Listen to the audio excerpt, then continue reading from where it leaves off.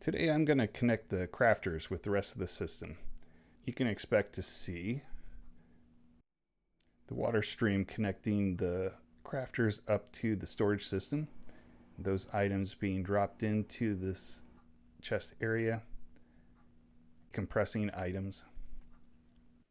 Start out the system, I've connected the water streams from the crafters, and those all go into this center column so it can get delivered to the chests here in the back. This is going through this water stream. The slabs are stopping the water from the bubble column, but also with a glass block here, it slows down the items so that way it can merge and go up the water stream nicely. So I picked up a couple droppers while I was here, so let's go ahead and just toss that in there. And it just works really nicely there to take the items up into the main area there. So with that, let's go ahead and look over here.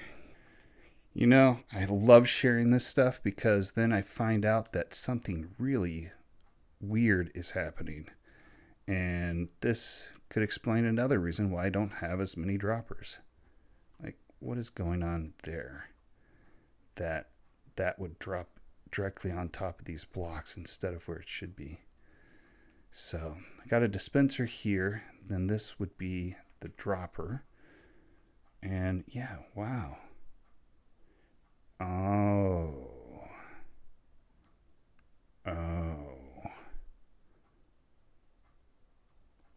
This is random. This is randomly coming out and landing here to the side. So good news, this is producing pretty fast now. Like I had 2, 3 just pop out, but I am losing maybe half of them because of this. So let's see here. This is my dropper. I'm going to disable this for a second. So 2 options. Go back further, but I risk go here. That maybe this would be better to go one space over.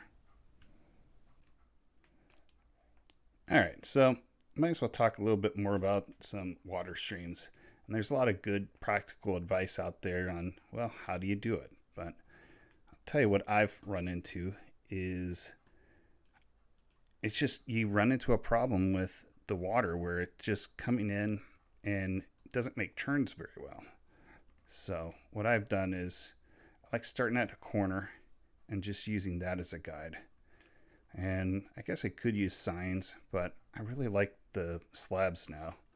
So I'm just going to keep it in the middle and provide a little bit of space so that if it falls off to the side, that won't be too bad. Okay, so given space, yeah, this is good. And then, yeah, same thing on this guy. Yeah, just a little bit of space, but that'll provide enough. And then, yeah, the line comes right through here and produces a nice place for stuff to go through. So, yeah, let's throw the stuff in here. That's fine. Yeah. Okay. All right. So that also means I need to do it on the other side. So just might as well share this stuff too.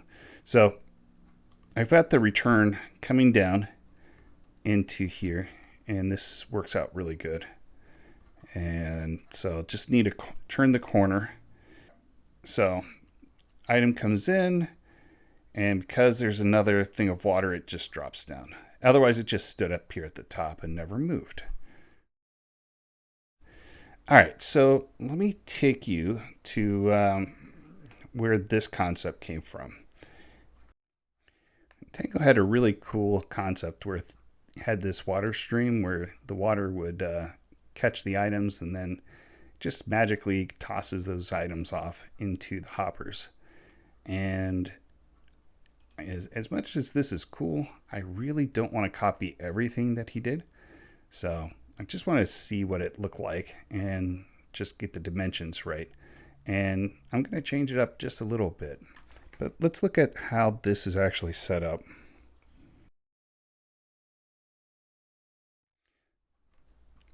So just the one thing is there's a lot of stuff coming down on the side, and this is just using a basic item sorter here at the side here. And then the torch that allows items in and out is doing two purposes.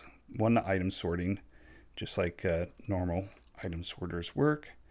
But then also it's locking up this hopper and the dropper. So when an item comes through and triggers that, which, yeah, you can barely see it clicking, but there are some of these redstone lamps that are getting dropped off there. But the lamps just control that. So just setting up a normal item sorter with the dropper underneath the hopper makes this work out really well. And then the last piece, which they talked about just how smart this was, which just never knew this, is that having powdered snow like this will allow it to control the way that the dropper is dropping. And that problem that I had where the items were dropping off and randomly hitting the wrong part of the item stream, what it is just using powdered snow. I almost used powdered snow, but I decided not to, just to make to be extra safe. And so in this case, just using that powdered snow. So that's how that works. And yeah, just basic setup here where you've got the ledge and the end of that water stream being 3 blocks over, and 4 if you count the hopper. And it just hops off. And in some of my random testing, I found that it didn't always land correctly. So I might have messed that up. I don't know. But it's an interesting idea. And I didn't like how big of a footprint this was, that I would have to take this water stream, have it going all the way out to the side. I mean, you've got the item filter that's taking up some room, but I didn't want to copy everything. But I like the having these items fall. So that is what I did on mine. And here we go. There's the item filter and the hopper leading straight into the dropper with the powdered snow. And it's the same concept. So I get a really cool effect with this dropping down.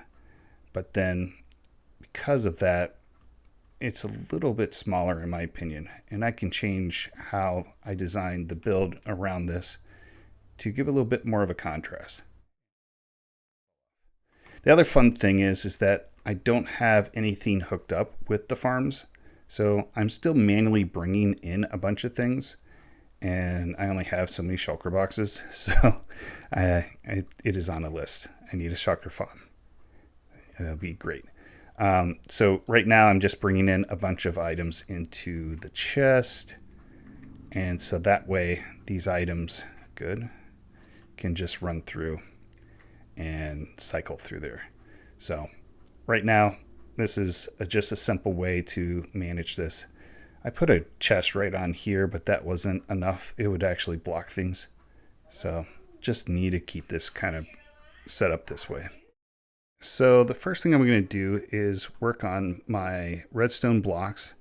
So that way that can be turned into redstone dust. I think I'm going to keep a similar design where I have the blocks off to the side, but we'll see what happens with that. So let's just grab some crafters. I'm not going to do a lot.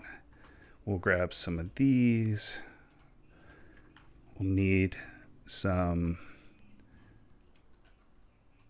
the observers and comparators, and then I'm just going to grab a bunch of these. So the fun part is I have to take this all apart. So for now anyways,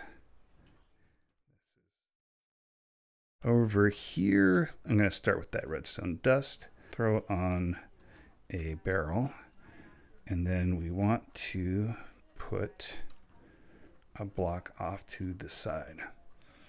So that kind of takes care of that. Actually, this is convenient. So the hardest thing is need a T-shape item here. Do that. All right, cool. We want to be able to detect when that barrel is empty on that, and then we'll just pass that signal up to a note block, and that is where, oops, we can then send a signal back in over here. So we can have our block. Now we can get back and we can get a crafter. Temporary blocks. We could just do this. This will be easier. Doing great. All right. Okay.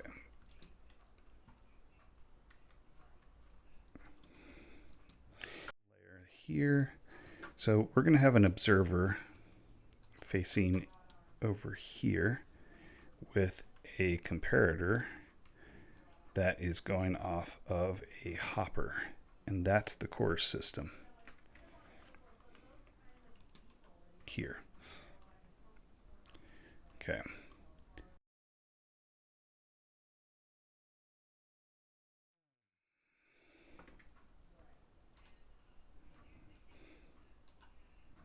We're gonna get it. I'll be right back. Let me get some more blocks. All right, I got some redstone blocks. So my witch farm produces plenty of those, especially if I AFK it. So that provides a good resource, but it's a new nightmare. Now I have to actually start filling this with more items. So that'll help process a lot more. This will eventually get full of redstone dust, which is going to be fine. But this is going to have to fill up for a time till it's done. Okay, so that's the first type of system. Now this one is sticks, and the witch farm also provides a good resource here. So let's see. I'll just go ahead and get some chests.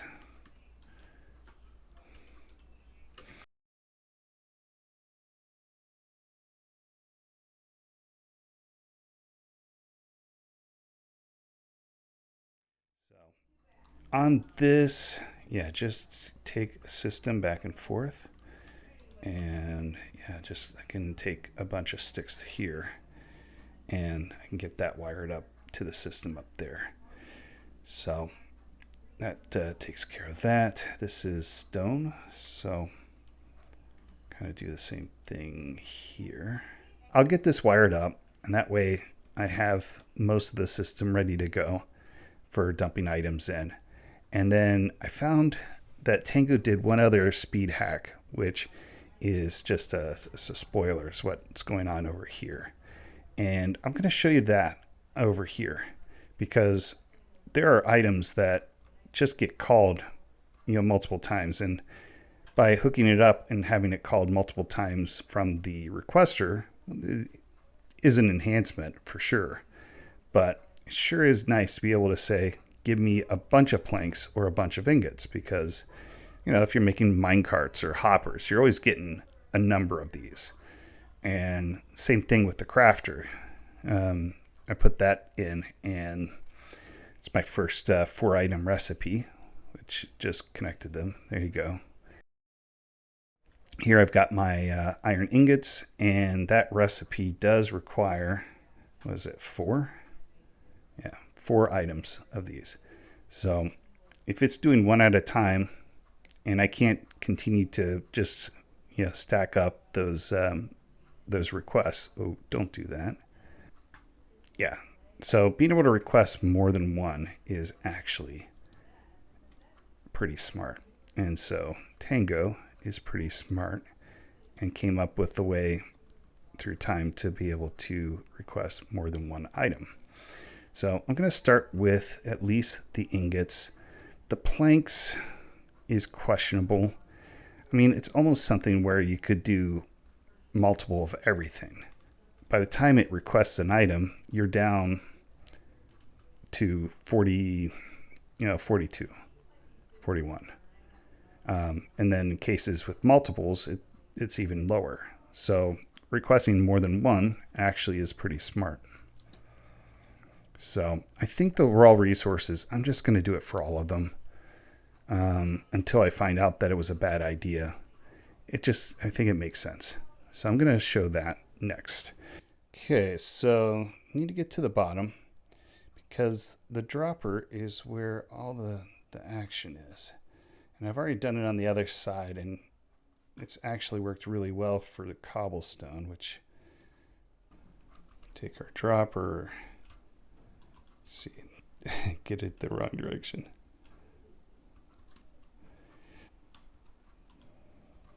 Okay. Pointing in that direction, that's great. Do the same thing.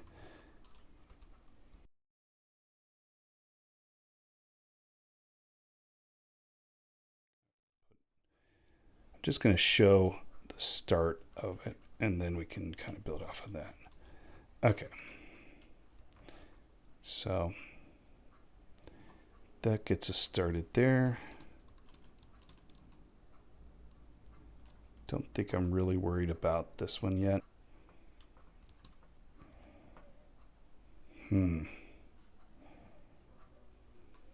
Okay. Well, extra nicety item here, so it can work, is actually getting in the way.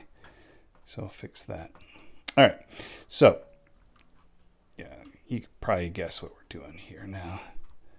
Just going to take items straight from the chest, put them in the droppers, and then we can make the request for items. Just going to pull this together. So now the main focus is to take a signal, extend it through that means, and then going to take it across 3. So one's going to power this block, and then the other is going to power up and through here, which is a little precarious, but we can deal with that. So same deal. I can just take this all the way across. Take my blocks.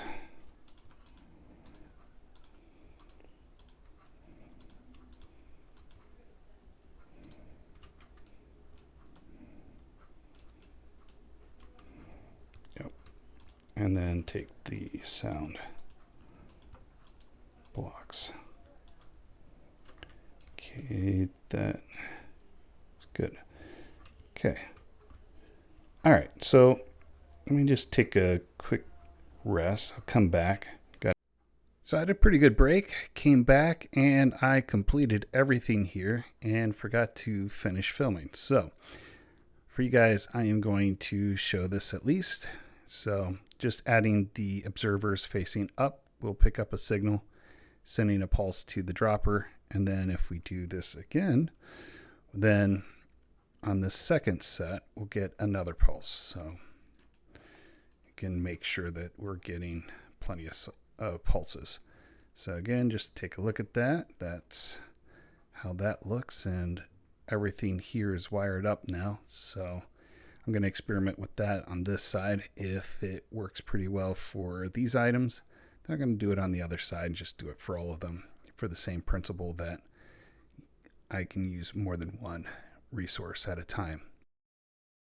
Now to look at the wall on the other side and just how all that gets hooked up together so that way they're connected to the item filters. So on the walls, I've added the system here to use redstone lamps to tell me what the level is. So I know now if it's at a low, medium, or a high level. So once the light goes out, it's got several chests before it gets completely empty. So as long as I have to manually run things, or if I have to watch the system, later, if a farm breaks down, then I can track that. So that's how that's working. I set up the other system here for time. I just, with the comparator going into a block, and the block was necessary to keep it from affecting other lamps. And that was just enough space to keep that nice and tight and avoid adding more to that system. So with that, did everything that I needed it to do. And I just alternated it just to keep the space clean. So nice and easy. I set up yet another chest wall. I keep saying that I'm not going to do that, but it gets too much fun to add a bunch of chests. So maybe I'll learn, but having plenty of items is always good. And that's the basic system. So now that I've got the system all hooked up, this is all coming together really well. And it's just the immense size of it is pretty cool. And I think it's really neat to be able to see it all come together. There you go. This is the Redstone factory and just everything that I've got set up so far. This is really producing a really nice setup. It's a good framework for everything. I think most of the chests and the area is set up so I can just add more crafters to it as I need, and then I can build off of that as I go.